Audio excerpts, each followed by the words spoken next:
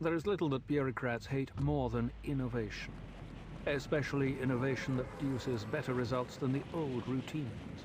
Improvements always make those at the top of the heap look inept. Who enjoys appearing inept? A Guide to Trial and Error in Government, Bene Gesserit Archives. The reports, the summations, and scattered tidbits lay in rows across the long table where Teresa sat. Except for the night watch and essential services, Chapter House core slumbered around her. Only the familiar sounds of maintenance activities penetrated her private chambers. Two glow globes hovered over her table, bathing the dark wood surface and rows of Redulian paper in yellow light. The window beyond her table was a dark mirror reflecting the room. Archives. The hollow projector flickered with its continuing production above the tabletop, more bits and pieces that she had summoned.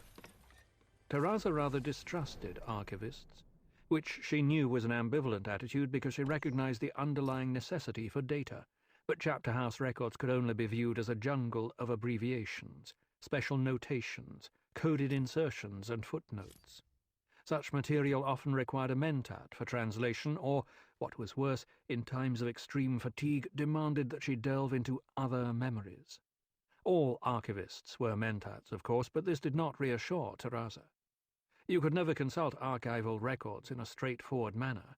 Much of the interpretation that emerged from that source had to be accepted on the word of the ones who brought it, or, hateful, you had to rely on the mechanical search by the hollow system. This, in its turn, required a dependency on those who maintained the system. It gave functionaries more power than Teresa cared to delegate.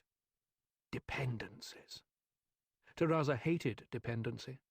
This was a rueful admission, reminding her that few developing situations were ever precisely what you imagined they would be.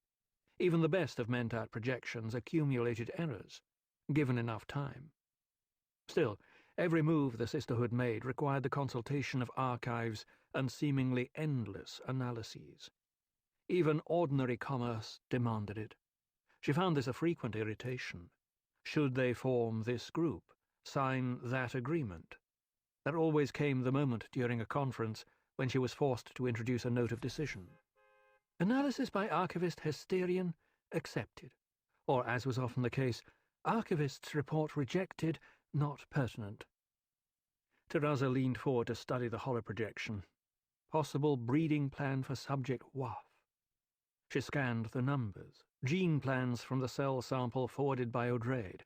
Fingernail scrapings seldom produced enough material for a secure analysis, but O'Drade had done quite well under the cover of setting the man's broken bones. Teresa shook her head at the data. Offspring would surely be like all the previous ones the Bene Gesserit had attempted with Tleilaxu. The females would be immune to memory probing.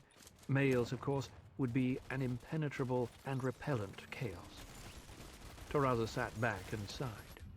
When it came to breeding records, the monumental cross-referencing assumed staggering